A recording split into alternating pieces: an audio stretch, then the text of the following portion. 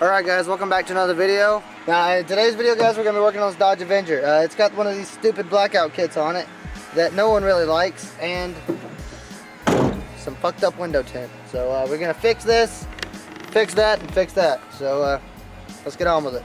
Alright guys, I don't know if you can tell, but there's a blackout kit on this. You can probably tell because I've already started peeling it up right here. Basically what this is it covers up these taillights and makes them, I don't fucking know what it does, okay? It was on the car when this guy got it. He's right here. It was on the car when he got it, and he just doesn't like it. So we're gonna be taking that off for him, and then as you can see, there's a bunch of little air bubbles in this tint. So we're gonna be pulling this off too. Now some things you're gonna need for this is you're probably gonna need a heat gun, maybe a pair of pliers, and your hands. That's it. And you're gonna need a car too. You need elbow grease. Elbow grease. Alright guys, we're gonna go ahead and get started with the blackout on the taillights. You know this is illegal in some states, right? Yeah. Yeah, this is illegal in some states, by the way, guys. So if you have this on your car and you buy it like this, you can take it off. So, okay, so my plan didn't work. I started peeling it up and it just peeled at this seam right here for some reason. It was actually an even cut. So we're gonna be getting the heat gun now. We're gonna heat up the whole thing and hopefully pull it off in one go instead of having it in a bunch of pieces. Okay guys, so as you can see, this is my tail light out of my Ford Explorer, and this is the one out of the Dodge Avenger. I went ahead and took it out so you could see the difference. This is the one with the blackout, and as you can see, I already started peeling it, but I mean, you can see that there's a very distinct difference, and during the daytime, it's very hard to see these whenever he's putting on his brakes. I've been following him before and he's put on his brakes, and I can't even tell that he's slowing down. I've almost hit him doing that. So this is very dangerous. Oh look, actually, see here. Might be able to just, oh, nope. See it ripped in there? Yeah. Hey David, my taillights kind of look like yours right there now. Right, yeah, see there? That's actually a way bigger difference than I thought it was. Yeah, it's a huge difference between blackout and then without the blackout, so. Alright guys, so I already uninstalled it. Basically what holds it in is two wing nuts, and then it pops out and you have these bulbs. The way these bulbs go in and come out is the same way. They push in like this and turn. See that right there? And you do the same thing here. Actually, my bad. It goes here. Turns in place. And this one turns in place. And now you're ready to go. Now,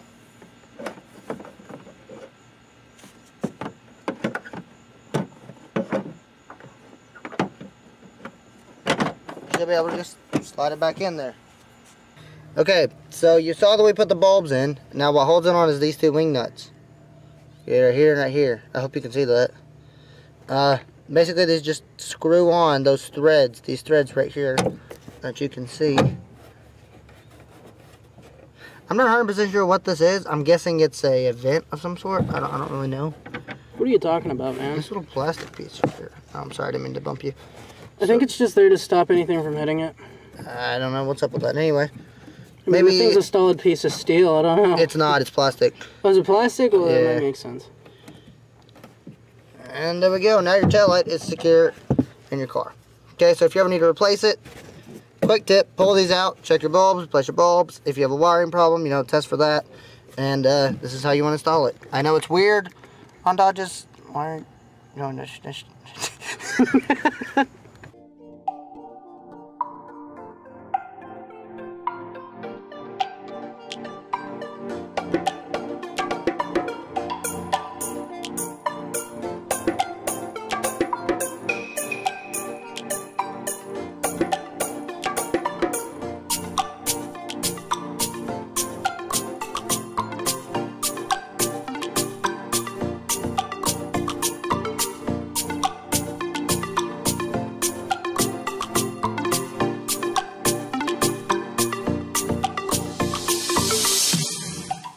Okay guys, so you can clearly see there is an enormous difference now. This is the one that we haven't done yet, and then this is the one that we just finished. It looks really good. We're going to do this side now, and then we're going to go ahead and take care of that. But yeah, that's a huge difference.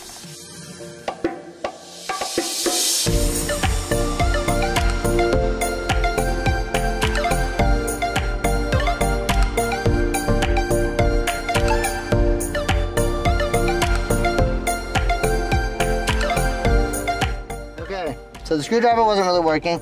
I'm gonna take this pair of pliers here. Is it broken? Well, it's a little broke, but you can put it back in. I mean, they're not very difficult to replace. Okay. Now we will not damage this foam piece. I was really worried about damaging it because it's a heat gun. It pushes out a very large amount of heat. So it can damage stuff and it could burn the carpet theoretically, and I don't want to damage anything on this car. I don't want to damage anything on anyone's car that I'm working on. So yeah, we're gonna go ahead and take this thing out now and go from there. I might take out these speakers because they have this cloth thing over them and I don't want to melt that. Damage the speakers not enough to replace them. No, that's okay. I think you'll be fine. You're pointing upwards, right? I don't know. I'm gonna have to get down here. This is gonna be very hard area to get. Okay, so we attempted the 409 method in this car. It didn't work. We cannot get the piece of plastic to sit up in here and just stick to it. I don't know how people do it. Maybe they're way better than us and know more than us. I don't know, but we cannot get it to work. So we're going back to our original idea, which was the heat gun. But we're gonna go at a little bit of a different angle and try peeling it from a corner while heating it up with a glove, because apparently you want to burn your hand? So apparently we're very dumb and do not know how to use gloves. So we're gonna go get us a pair of gloves and cut this corner right here with the razor blade. Go ahead and start peeling it. Hopefully, and now I'm gonna say this right now, this is gonna leave glue behind, most likely. But that's what the 409 is for. That's where the 409 still comes in, because you can use the 409 to spray on there and hopefully it'll all come off. If not, get some goof off. Okay guys, so this is working. As you can see right here, it's pulling down. So we're gonna go ahead and do the rest. Set this to the low heat. If you have this Drill Master, which I picked up from Harbor Freight, there's a tick on the top right here that says 1 and 2 ticks on the bottom that mean 2.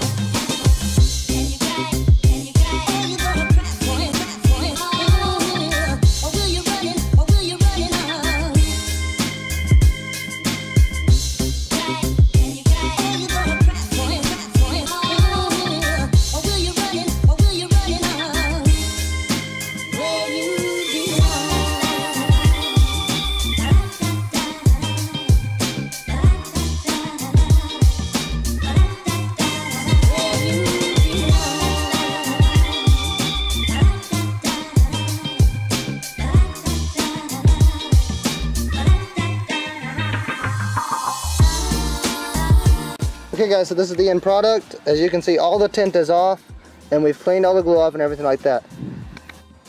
Alright guys, so I'm not gonna lie to you and tell you that this is easy, because it's not. Alright, this is taking us almost a week to get done. So the 409 method, we couldn't get it to work at all. We tried it every way possible. We watched countless YouTube videos about it and we could never get it to work. So we ended up using the heat gun for the whole thing.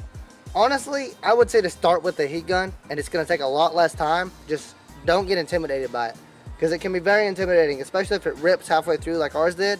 Then you have to go back to it. That can be very intimidating, and it can just make you want to give up and say screw it. But don't, just persevere through it.